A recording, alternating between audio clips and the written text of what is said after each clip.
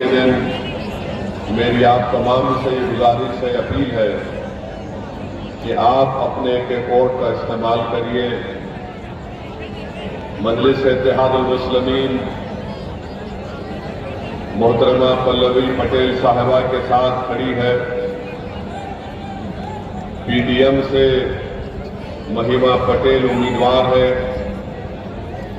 मैं आपको इस बात की याद दिलाना चाहता हूं कि वोट एक अमानत है और मेरी आपसे गुजारिश है कि आप इस अमानत का सही इस्तेमाल करिए और याद रखिए, अगर आप अपने वोट का सही इस्तेमाल नहीं करेंगे तो इससे नुकसान किसको होगा आप जानते हैं।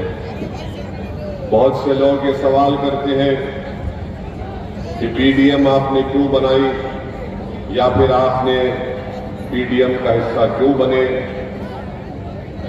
आप मोहतरमा पल्लवी पटेल साहिबा के साथ क्यों दे रहे हैं, मैं आपको बताना जरूरी समझता हूं कि उत्तर प्रदेश हमारे वतन अजीज भारत की सबसे बड़ी रियासत प्रदेश है और इस रियासत में सब समाज ने किसी हद तक अपना अपना एक सियासी नेता बना लिया। हर समाज में अपना नेता बनाकर अपने वोटों से अपने विधायक और सांसद को कामयाब किया और अपने लिए इंसाफ की मंजिलों को तय कर चुके।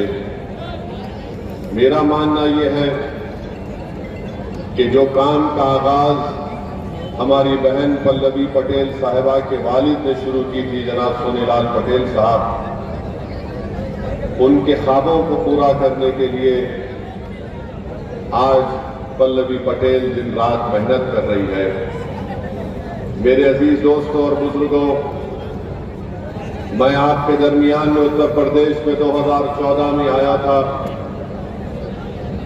2017 में आया, 2022 के विधानसभा के चुनाव में आए।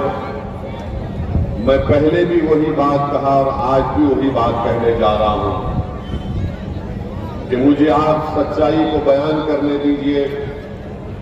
अगर मेरी बात से आपको तकलीफ होती है तो आप मुझे माफ कर दीजिए या फिर ये समझिए कि एक दीवाने की पुकार है, ये दीवाना से पुकारता है, मगर मैं आपको सच्चाई बता रहा हूं। इस पार्लियामेंट की संसद फूलपुर है, यहां से पंडित नेहरू 3 मर्तबा के सांसद रहे, फिर बाद में ज्ञानेश्वर मिश्रा साहब रहे, विश्वनाथ प्रताप सिंह भी रहे। मुझे आप अपने दिल पर हाथ रखकर सोचिए, जवाब देने की जरूरत नहीं है। आपने सबको वोट दिया, मगर आज आपके पास क्या है बताइए। क्या आपके पास कोई ऐसी चीज है जिसको देखकर आप कह सकते हैं कि देखो, हमने, हमारे बुजुर्गों ने, हमारे दादा ने, हमारे नाना ने कांग्रेस का साथ दिया तो हमने इस चीज को हासिल किया। क्या आप ये जिम्मेदारी के साथ कह सकते हैं कि हमने ज्ञानेश्वर मिश्रा या विश्वनाथ प्रताप सिंह का साथ दिया तो हमने ये काम करवा लिया। आपने कभी कांग्रेस तो कभी सोशलिस्ट पार्टी तो कभी जनता दल तो कभी जनता पार्टी तो कभी समाजवादी पार्टी।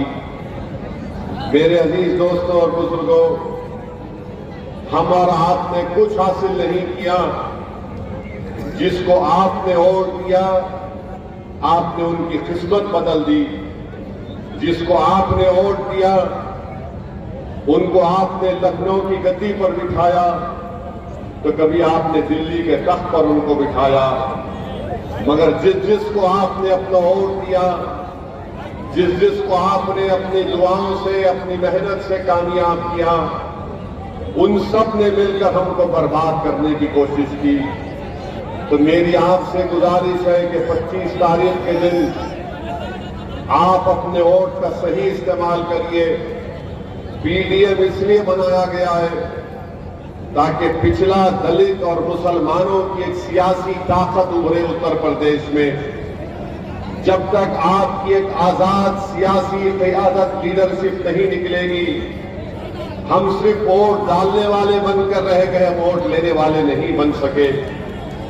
हम एक एटीएम की मशीन बन चुके हैं कि कोई आकर उस एटीएम में पासवर्ड डाल देता है कि फिरका परस्त ताकतों को शिकस्त देना है, तो हम डर के मारे उनको वोट देते हैं। मैंने पहले भी कहा, आज भी कह रहा हूं, आप महिमा पटेल को डर की बुनियाद पर वोट मत दीजिए लिफाफे के निशान पर, बल्कि उम्मीद के ऊपर आप महिमा पटेल का साथ दीजिए।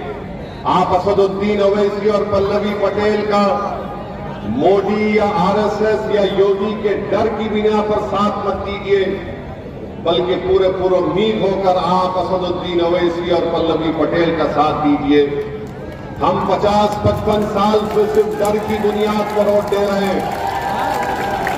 मैं आपसे बता रहा हूं कि आपको डरने की जरूरत नहीं है। उम्मीद की बुनियाद पर आप वोट दीजिए। डर की बुनियाद पर हम वोट दे रहे हैं, इसीलिए हमारी तकालीफ में इजाफा हो रहा है, हमारी मुसीबतों में इजाफा हो रहा है। तो मेरी आपसे फिर से अपील है, याद रखिए, वोट एक अमानत है, इसका सही इस्तेमाल करिए।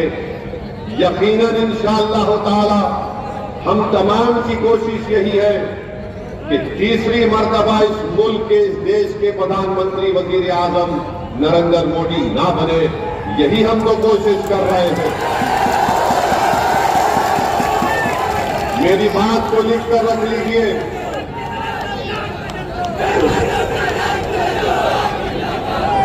मेरी बात को लिख कर रख लीजिए। मेरे भाषण के बाद बहुत से लोग बोलेंगे कि नहीं, ओवैसी अच्छा भाषण देता है, मगर क्या करेंगे, मजबूरी है, हमको समाजवादी पार्टी को वोट देना है। कितनी बार आप वोट देंगे समाजवादी पार्टी को, बताइए। 2014 के लोकसभा के चुनाव हुए, आपने बीजेपी को वोट नहीं दिया। क्या आपने बीजेपी को वोट दिया 2014 में, बताइए। 2017 के विधानसभा के चुनाव हुए, क्या आपने बीजेपी को वोट दिया? 2019 के लोकसभा के चुनाव हुए, क्या आपने बीजेपी को वोट दिया? 22 के विधानसभा के चुनाव हुए, आपने वोट दिया। मगर क्या अखिलेश बीजेपी को सत्ता में आने से रोक सके? जोर से बोलिए, रोक सके? अब ये बात आप सामने रखकर सोचिए। आज फिर आकर कह रहे हैं कि हम बीजेपी को रोक देंगे।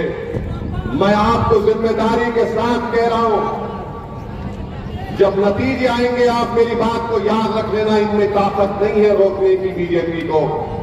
ये नहीं रोक पाएंगे बीजेपी को। अगर बीजेपी को, आरएसएस को कोई रोक सकता है तो पिछड़ा दलित और मुसलमान जब एक जगह जमा होंगे वही रोक सकते हैं। अखिलेश यादव जो सियासत क्या करते हैं, भाई साहब सुन लीजिए, मैं आपके जज्बात की कदर करता हूं, सुन लीजिए, मैं बहुत दूर से आया हूं। अखिलेश यादव जो सियासत करते हैं, क्या करते हैं? बोलते हैं कि MY की सियासत करता हूं। फिर कहते हैं कि उन्होंने PDA बनाया, और A का मतलब कुछ भी ले लेते हैं। मगर अखिलेश यादव सिर्फ और सिर्फ यादवों की भी नहीं, बल्कि अपने परिवार की सियासत करते हैं। आज उनके परिवार से कितने लोग पार्लियामेंट का इलेक्शन लड़ रहे हैं, बताइए। और वो बात करते हैं कि मुसलमानों के दरमियान में जाकर कहते हैं कि हम आपके साथ खड़े हैं, कितना टिकट आपने दिया उनको। मेरे अजीज दोस्तों और बुजुर्गों, याद रखिए, आपको बेवकूफ बनाया जा रहा है। सिर्फ आपका वोट हासिल करने के लिए आपके सामने आकर दिल फरेब बातें की जाती हैं, ताकि आपके दिल को खुश कर दिया जाए। बताइए, आज उत्तर प्रदेश में बुलडोजर किस पर इस्तेमाल होता है? बुलडोजर किस पर इस्तेमाल होता है बताइए? क्या आपने कभी सुना अखिलेश को बुलडोजर के खिलाफ बोलते हुए? इसी फूलपुर से आपने मरहूम अतीक को कामयाब किया था। कोर्ट ने उनको सजा दी जरूर, उनके हाथ में हथकड़ियां थी, सारी दुनिया के सामने टीवी चैनल के सामने अतीक को गोली मार दी गई। बोलो वोट डालने वाले, मैं समाजवादियों से पूछ रहा हूं कि क्या तुम्हारा नेता अतीक का नाम ले सकता है? नाम नहीं ले सकते।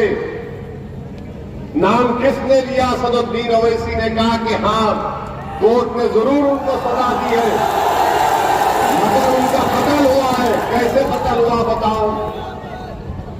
मेरे भाई याद रखो मेरी इस बात को, कोई गारंटी नहीं ले सकता कि इस दुनिया में मैं और तुम कब तक रहेंगे, मगर मेरी एक बात को याद रखना, अगर आप दलित समाज के साथ, पिछड़ा समाज के साथ हम नहीं खड़े होंगे तो या तो हमको स्लो पॉइजन देकर खत्म कर दिया जाएगा, या फिर ऐसे ही हमको तकालीफ में अपनी जिंदगी को गुजारना पड़ेगा, जिसमें कोई इज्जत नहीं होगी, जिल्लत होगी रोज। और उसकी वजह किसी हद तक हमारी भी है कि जिस पर हमने भरोसा किया नेहरू से लेकर अब तक, इन्होंने हमारे लिए क्या किया बताओ? मेरी लड़ाई सिर्फ इसी बुनियाद पर है कि तुम मुझसे वोट हासिल करना जानते हो, मगर जब बुलडोजर आकर मेरा घर तोड़ दिया जाता तो तुम वहां पर नजर नहीं आते। जब एनकाउंटर के नाम पर झूठी गोलियां दाग दी जाती हैं, तुम्हारी जबानें बंद हो जाती हैं। जब CAA का कानून भारत की पार्लियामेंट में पास किया जा रहा था तो तुम गूंगे और बहरे बनकर बैठे थे। ट्रिपल तलाक का गलत कानून बनाया जा रहा था तो जो लोग आज इलेक्शन में आकर तुमसे कह रहे कि हम तुम्हारे मसीहा हैं, उनको कोई फिक्र नहीं थी। जब 2019 जुलाई में अमित शाह ने, नरेंद्र मोदी ने UAPA के कानून को और गंदा कर दिया, किसने तायीद की? कांग्रेस ने तायीद की। उठाकर देख लो पार्लियामेंट का रिकॉर्ड। आज अखिलेश यादव और राहुल गांधी आकर कह रहे हैं ना, तो पूछो अखिलेश यादव से, राहुल गांधी से, तुम जानते हो जम्मू की एक बच्ची थी आसिफा, जानते हैं जम्मू में एक मासूम बच्ची आसिफा की अस्मत रेजी की गई थी, याद आया आपको?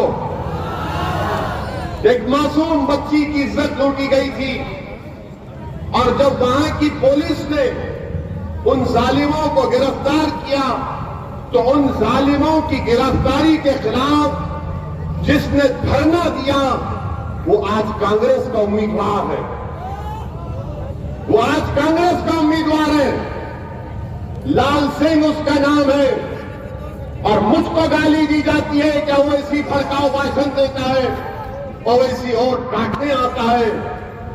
बताओ राहुल गांधी, बताओ अखिलेश यादव, आसिफा अगर तुम्हारी बेटी होती तो क्या तुम उसको टिकट देते? क्योंकि वो तुम्हारी बेटी नहीं थी, तुम्हारी रिश्तेदार नहीं थी, आसिफा ओवैसी की बेटी थी। इसीलिए तुमने बोला कि नहीं, ये क्या करेंगे फूलपुर के लोग, ये हमको ही वोट देंगे, इनके पास कोई विकल्प नहीं है। जम्मू में लाल सिंह लड़ रहा है इलेक्शन, कांग्रेस ने उसको अपना उम्मीदवार बना दिया। अरे जो सेकुलरिज्म का परचम लेकर मुझको गालियां देते हैं, तुम चुल्लू और पानी में डूब मरो। बताओ तुम्हारे पास क्या जवाब है उसका? हम जहां कहीं भी जाते हैं बोलते वोट काटने आए। अरे मैं काटने वाला नहीं हूं, मैं दिलों को जोड़ने का काम करता हूं और करता रहूंगा इंशाअल्लाह। मेरे अजीज दोस्तों और बुजुर्गों, आप जानते हैं कि यहां पर सरकारी कटाई मिल्स है, बंद है, 15 साल से बंद है। अखिलेश यादव की भी सरकार थी 5 साल, तो भैया मिल को खुला सकते थे, मगर भैया ने क्या किया? सफाई में वहां पर जू बनाया। वहां पर हर साल बंबई से फिल्म स्टारों को बुलाकर नचाते थे, मगर यहां की मिल्क अगर खुला देते तो हमारे बुनकर भाइयों का फायदा हो जाता, मगर नहीं किया। आप बताइए फिर हमको गाली देने से क्या मतलब? क्या प्रोग्राम है अखिलेश यादव के पास? बीजेपी को रोकने के लिए कोई प्रोग्राम नहीं है। बोलते हैं कि तुम दरी बिछाओ, अपनी जवानी मुझ पर कुर्बान करो, जान दे दो, मगर मैं जिंदा रहूंगा तो सब काफी है। अखिलेश यादव के परिवार के लोग, उनके भाई की पत्नी बीजेपी में है आज, इनके रिश्तेदार बीजेपी में है, मगर वो सेक्युलर हो जाते हैं और ओवैसी कम्युनल हो जाता है। मैं बार बार आपसे कह रहा हूं, मगर आप मेरी बात माने या ना माने, जब तक अल्लाह मुझे जिंदा रखेगा मैं आपके दरमियान में आता था और आता रहूंगा। आप मुझे वोट दे या ना दे, मगर मुझ में एक दीवानगी है कि जब तक मैं अपने मंजिल मकसूद को नहीं पालूंगा मैं आते रहूंगा और बोलता रहूंगा। मुझसे दुश्मनी करने वाले समझते हैं कि मुझ पर इल्जाम लगाने से असदुद्दीन ओवैसी के हौसले पस्त हो जाएंगे। मैं मेरे दुश्मनों से भी कह रहा हूं कि तुम जितने इल्जाम लगाना चाह रहे लगा लो। पिछले विधानसभा के चुनाव में टोल गेट के पास मेरी गाड़ी के ऊपर 6 गोलियां चलाई गई। मैं उन जालिमों से भी कहना चाह रहा हूं कि तुम मेरी जिंदगी का चिराग तो खत्म कर सकते हो, मगर तुम मेरी सोच को कभी खत्म नहीं कर पाओगे इंशाअल्लाह। यकीनन जो इस दुनिया में आया है, जो कोई भी इस दुनिया में आया वो चले जाएगा। हमको यहां पर हमेशा रहने के लिए नहीं आए, मगर कम से कम मेरी मौत के बाद तो कोई ये नहीं कह सकेगा कि ये शख्स हमको बार बार आकर बाखबर करता था, बताता था, हमको समझाता था। मगर ये बात आपको समझने की जरूरत है। आज सोनेलाल पटेल इस दुनिया में नहीं है, मगर उन्होंने अपनी एक बेहतरीन औलाद को हमारे दरमियान में छोड़ा है। सोनेलाल पटेल आज दुनिया में नहीं है, मगर दुनिया उनकी कुर्बानी को याद करती है और याद करती रहेगी कि कैसे इसी पार्लियामेंट के कॉन्स्टिट्यूंसी में उन पर पुलिस ने लाठियां बरसाई, उनका बायां हाथ तोड़ दिया, उनका पैर तोड़ दिया। वो शख्स जिसने अपने समाज के लिए अपना सब कुछ कुर्बान कर दिया। मेरे भाई लोग इन लोगों को हमेशा याद रखते हैं। ये जो डीलिंग वीलिंग करते हैं, ये जो हमारे वोटों का सौदा करते हैं लोग, इनको कभी याद नहीं रखेंगे। तो 25 तारीख के दिन अपने वोट को एक अमानत समझिए, अपने वोट का सही इस्तेमाल करिए। जब वोट डालने जाएंगे तो याद रखो, वो बुलडोजर को याद रखो। जब वोट डालने जाएंगे तो याद रखो जुल्म को। जब वोट डालने जाएंगे तो याद रखो CAA के कानून को। जब वोट डालने जाएंगे तो याद रखो उस पार्लियामेंट में किसने मोदी के 300 MPs के सामने उस CAA कानून को काला कानून कहकर उस कानून को फाड़ दिया। जब आप 25 तारीख को डालने जाएंगे तो याद रखो ट्रिपल तलाक के गलत कानून को मोदी ने बनाया। जब 25 तारीख को डालने जाएंगे तो याद रखो जब नरेंद्र मोदी की हुकूमत ने महिलाओं को आरक्षण दिया तो कौन था पार्लियामेंट में जिसने पार्लियामेंट में खड़े होकर इस बात को मुतालबा किया, डिमांड किया कि पिछड़े समाज की महिलाओं को भी आरक्षण मिलना चाहिए मुस्लिम महिलाओं के साथ। ये सब चीजें आपके सामने है। हम जो कल बोलते हैं वो आपके सामने करते भी है। तो मेरे अजीज दोस्तों, मेरी इज्जतदार मां और बहनों, डरने और घबराने की जरूरत नहीं है। यकीनन हमारे सरों पर काले बादल जरूर है, मगर याद रखो इंशाअल्लाह ताला ये बादल हटेंगे। इंशाअल्लाह ताला हमारे मुकद्दर का सूरज चमकेगा। इंशाअल्लाह ताला जो लोग आज जुल्म कर रहे हैं, जो लोग आज जुल्म कर रहे हैं, याद रखो, दुनिया इनको हमेशा के लिए भुला देगी इंशाअल्लाह ताला। जो लोग आज हमको दबाने की, कुचलने की, हमारे वजूद को मिटाने की कोशिश कर रहे हैं, कुदरत इंशाअल्लाह ताला उनके वजूद को मिटा के रख देगी इंशाअल्लाह ताला। जो लोग सामाजिक न्याय हमसे नहीं कर रहे, अल्लाह हमसे इंसाफ करेगा। सामाजिक न्याय उत्तर प्रदेश में पीडीएम कायम करेगी इंशाअल्लाह ताला। मेरे अजीज दोस्तों और बुजुर्गों, आपको ये देख समझ कर अपने वोट का इस्तेमाल करना है। हमारी पार्टी के बारे में कहती है कि मजलिस हिंदू समाज के खिलाफ है। मेरे अजीज दोस्तों और बुजुर्गों, जब हैदराबाद के पार्लियामेंट के इलेक्शन का नतीजा आएगा, आप खुद देख लेना कि कितने लोग, जिनको लोग ये समझते हैं कि ओवैसी तो हमारे हिंदू भाई बहन या बैकवर्ड क्लास या पिछड़ा या दलित लोग वोट नहीं देते, इनकी आंखें खुल जाएंगी जब नतीजा आएगा हैदराबाद का इंशाअल्लाह ताला। बिहार में हमने राणा रणजीत सिंह को शिवहर से अपना उम्मीदवार बनाया। ये वहां के 5 मर्तबा के विधायक, पूर्व मंत्री के बेटे सीताराम सिंह के बेटे हैं।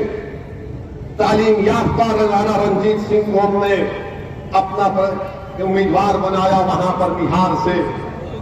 अपर कास्ट के लोगों को हमने टिकट दिया, दलित समाज के लोगों को दिया, मल्ला समाज के लोगों को टिकट दिया। वही यहां पर हमारी बहन पल्लवी पटेल कर रही है।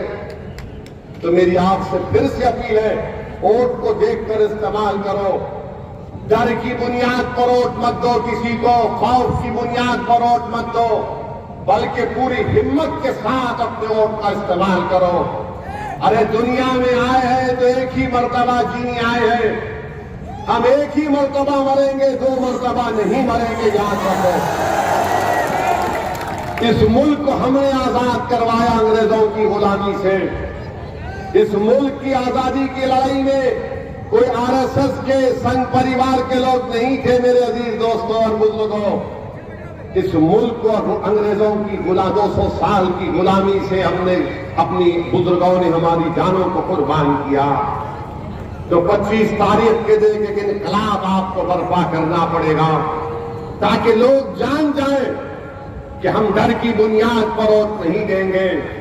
समाजवादी कांग्रेस के पास कोई प्रोग्राम नहीं है। क्या करना चाहते हैं? इल्जाम लगाना तो आसान है सदुद्दीन ओवैसी और पल्लवी पटेल के ऊपर, ये वोट काटने आए हैं।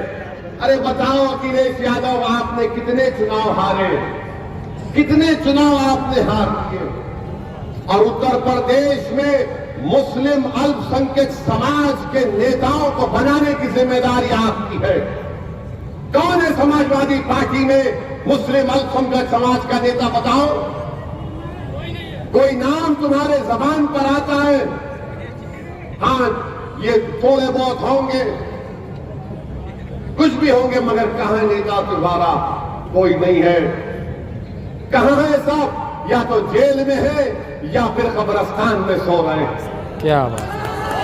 बताओ क्या है, बताओ आप। मेरे भाई ताली मत मारो, मैं आपको भी कह रहा हूं, यह हमारी भी जिम्मेदारी है। तुम क्यों नहीं नेता बनते? क्या तुम में कमी है? क्या आप काबिल नहीं है? क्या बहादुर नहीं है? यकीनन सब चीजों से अल्लाह ने आपको नवाजा है। आपको सिर्फ आगे बढ़कर नेता बनना है।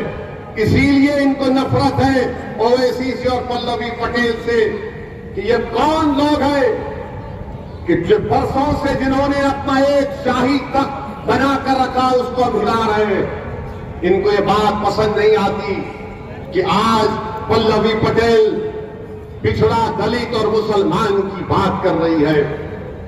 मेरे अजीज दोस्तों और बुजुर्गों, मेरी आपसे ये भी अपील है कि बीजेपी 10 साल से नरेंद्र मोदी इस देश के वजीर आजम और प्रधानमंत्री हैं। 2014 में मोदी ने कहा था अच्छे दिन आएंगे, मोदी ने कहा था 15 लाख हर एक के अकाउंट में आएंगे। मोदी ने कहा था कि 2 करोड़ नौकरियां दूंगा। फिर 2019 आया तो मोदी ने कहा कि हमने सर्जिकल स्ट्राइक किया। मोदी ने बड़े बड़े वादे किए।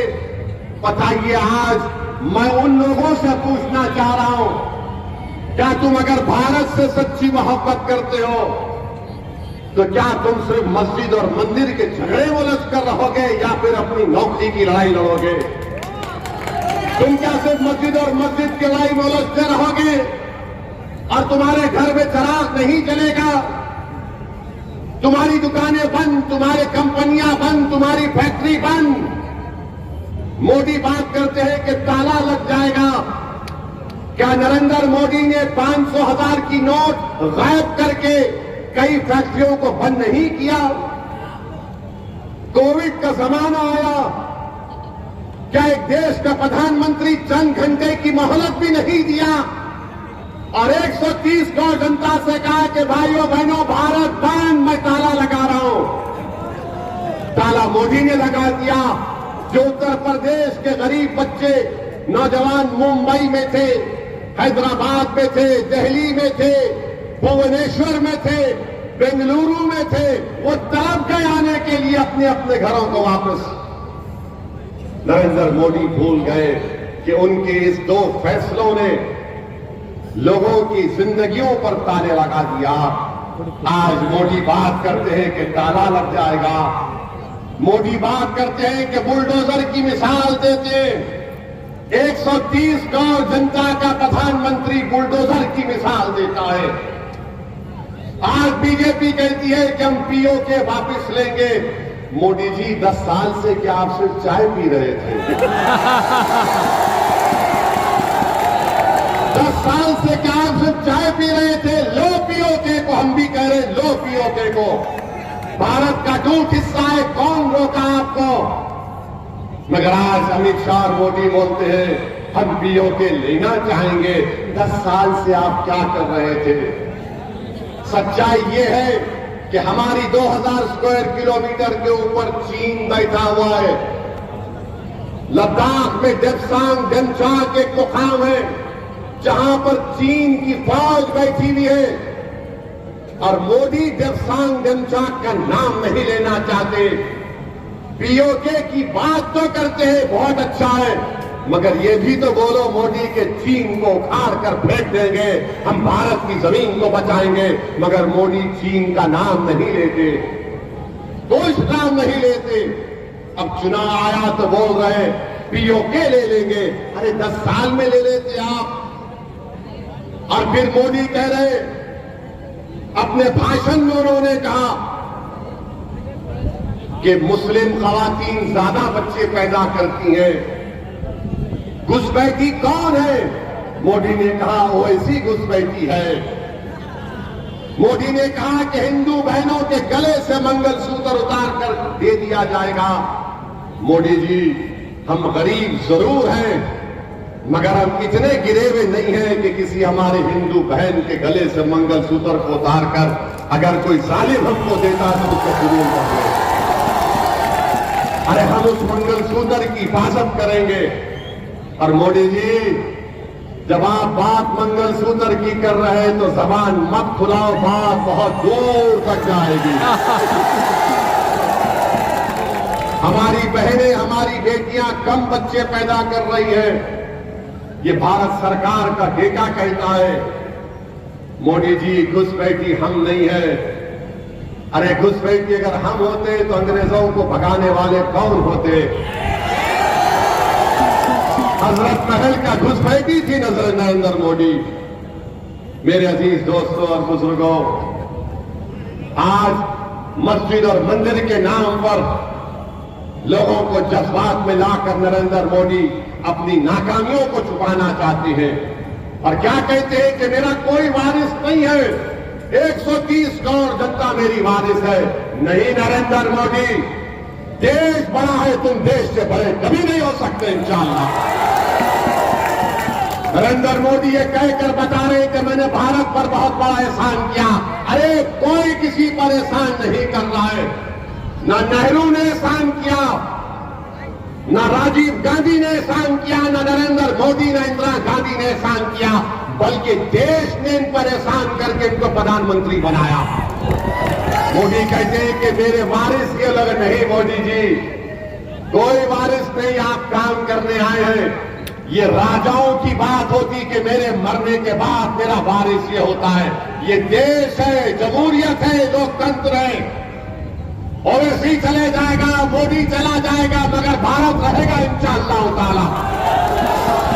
ये सोच इस देश के प्रधानमंत्री की है कि मेरे वारिस ये लोग हैं। कहां के वारिस?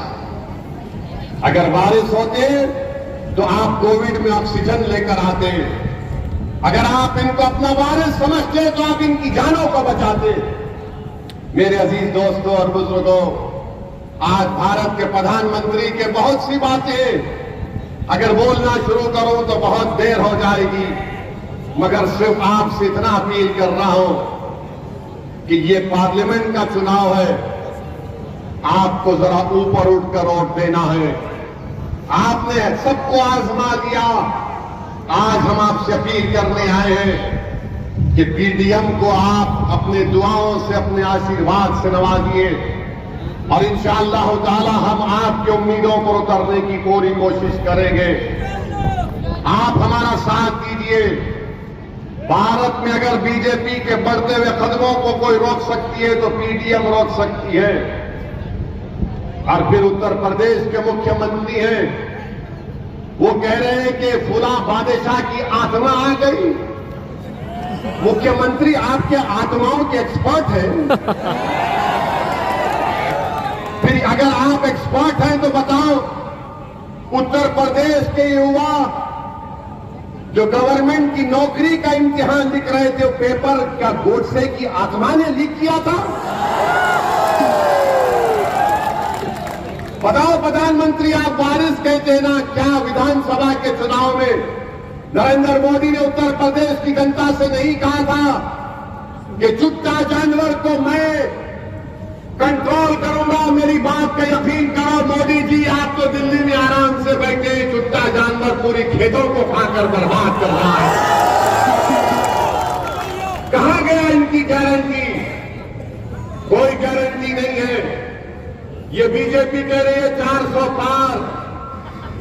आसाम का मुख्यमंत्री बीजेपी का कहता है कि 400 पार दो, हम और इबादत गाहें छीन लेंगे।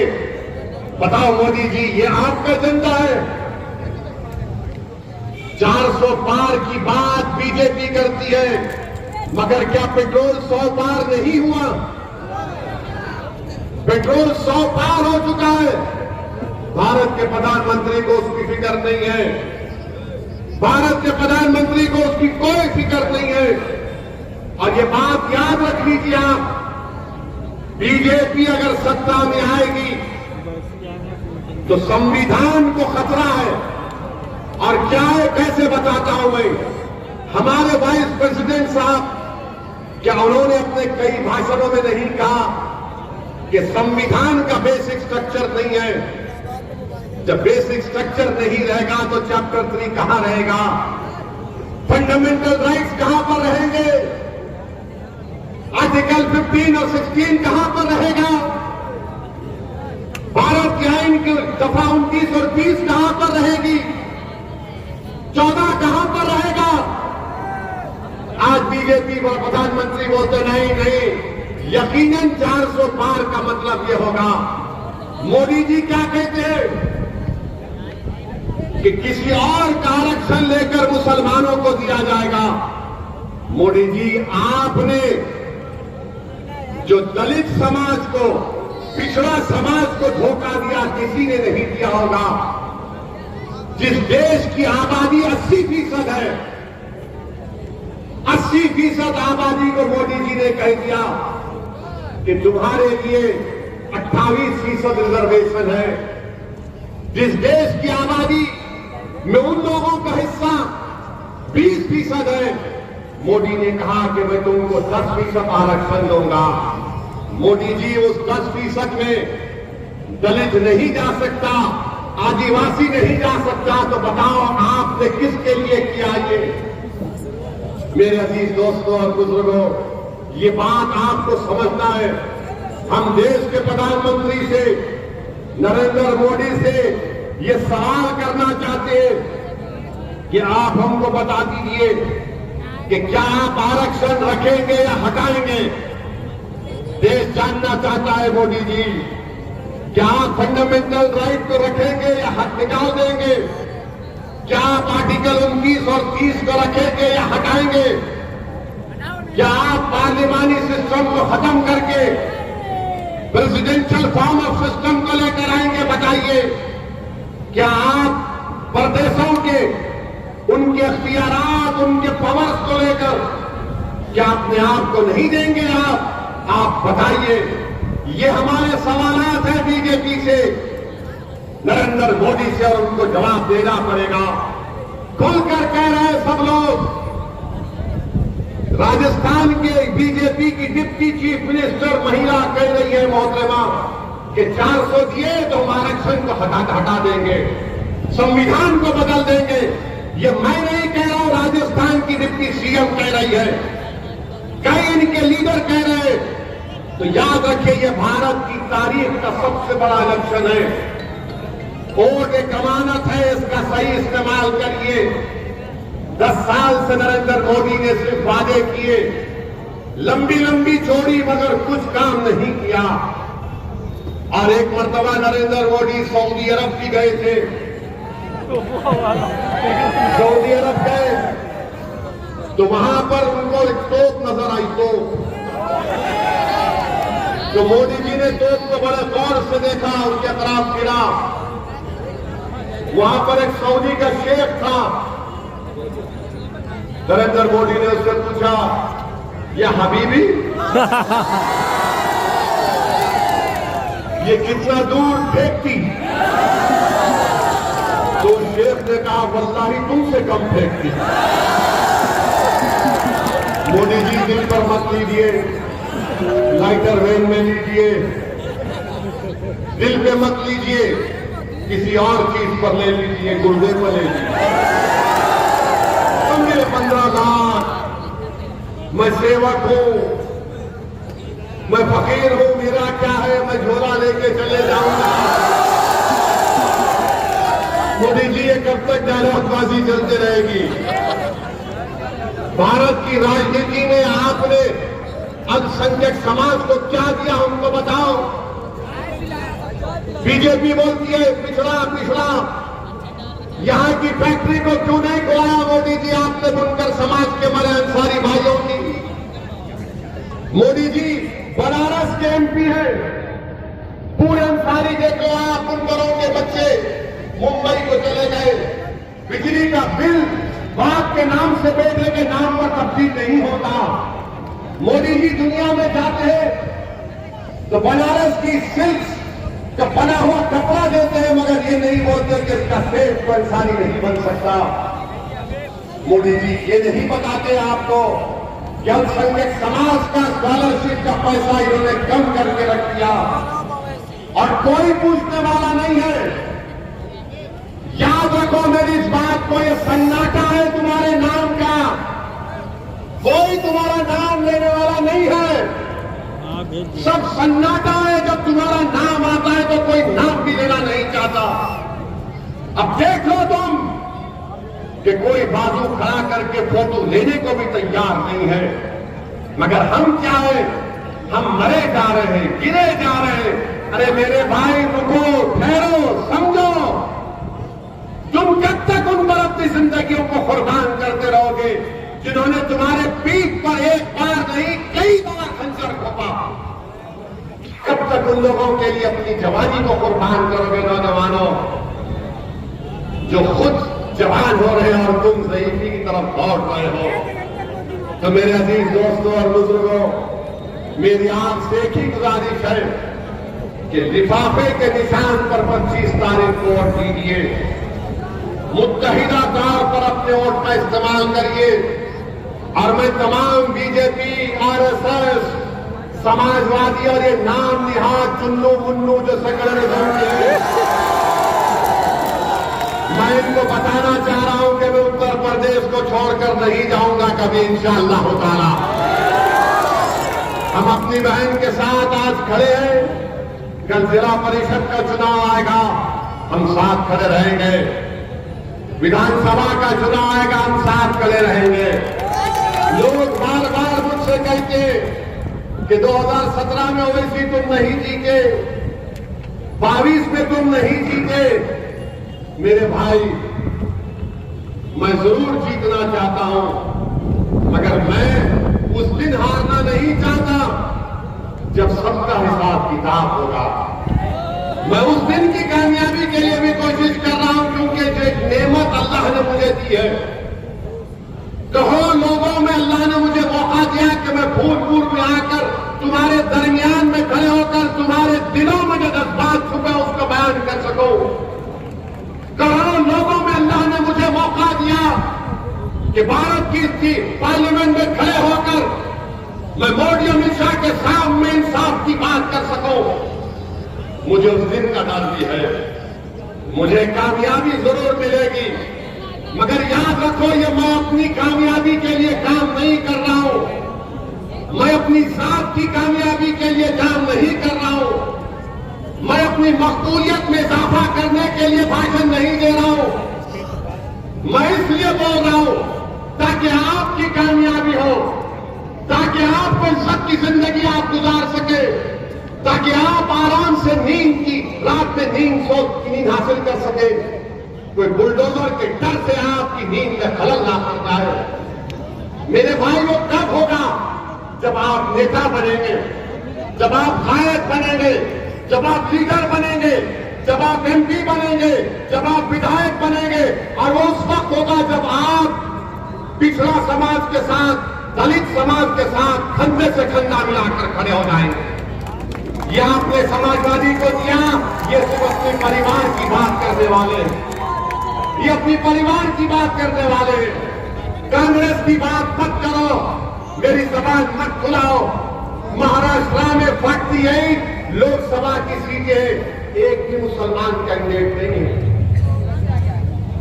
न राष्ट्रवादी पार्टी का जो नए सेकुलरिज्म के दूल्हे बने उद्धव ठाकरे, न कांग्रेस एक को भी नहीं देते और मुझे गाली देते हैं तो ऐसी और काटने आया है। मेरे अजीज दोस्तों और बुजुर्गों, मेरे इल्जामात की मुझे कोई फिक्र नहीं है। मुझे मुस्तकबिल की फिक्र है कि हमारा और आपका क्या हाल होगा, हम किस रास्ते पर लेकर जाएंगे। कम से कम मैं बुजुर्गों से अपील कर रहा हूं, अगर तुमको मेरी बात पसंद नहीं है तो बाजू रखो, मगर अपनी औलाद को तो देखो, अपने इन बच्चों को देखो जो आने वाला कल उनका होगा। कम से कम उन बच्चों के मुस्तकबिल को, उनके कल को अच्छा रखने के लिए हम आपसे अपील करने आए हैं कि 25 तारीख के दिन आप अपने के वोट का इस्तेमाल करिए। और ये लोग जो आरएसएस और बीजेपी के लोग जो बड़ा पुकारते फिरते, मोदी ने भारत की आर्मी में अग्निवीर की स्कीम को लागू कर दिया। अगर ये दोबारा जीत कर आएंगे खुदा ना खास्ता, तो सीआरपीएफ में भी 4 साल की नौकरी होगी। सीआरपीएफ में 4 साल, बीएसएफ में 4 साल, सीआईएसएफ में 4 साल की नौकरी होगी, रेलवे प्रोटेक्शन फोर्स में 4 साल की नौकरी होगी। तो नौजवानों, तुम ओवैसी को गाली देते रहो, कोई बात नहीं, मगर तुम ये भी तो सोच लो कि जिसके लिए तुम वोट डालने जा रहे हो वो तुमको नौकरी नहीं देगा। वो तुमको बोल देगा लो मस्जिद मंदिर के नाम पर। वही फार्मूला उनके पास है। बुलडोजर को खड़ा कर देंगे और बोलेंगे देखो हम इतने ताकतवर हैं। अरे बुलडोजर से कोई ताकतवर नहीं होता, इंसाफ जो करता है वो ताकतवर होता है। जो इंसाफ करता है, जो सामाजिक न्याय करता है वो ताकतवर होता है। तो बहरहाल मेरे अजीज दोस्तों और बुजुर्गों, 25 तारीख को आप लिफाफे पर वोट देंगे इंशाअल्लाह। कितने लोग वोट देंगे हाथ उठाइए। कहीं हमारे भाषण के बाद सुबह तक बदल तो नहीं जाएंगे।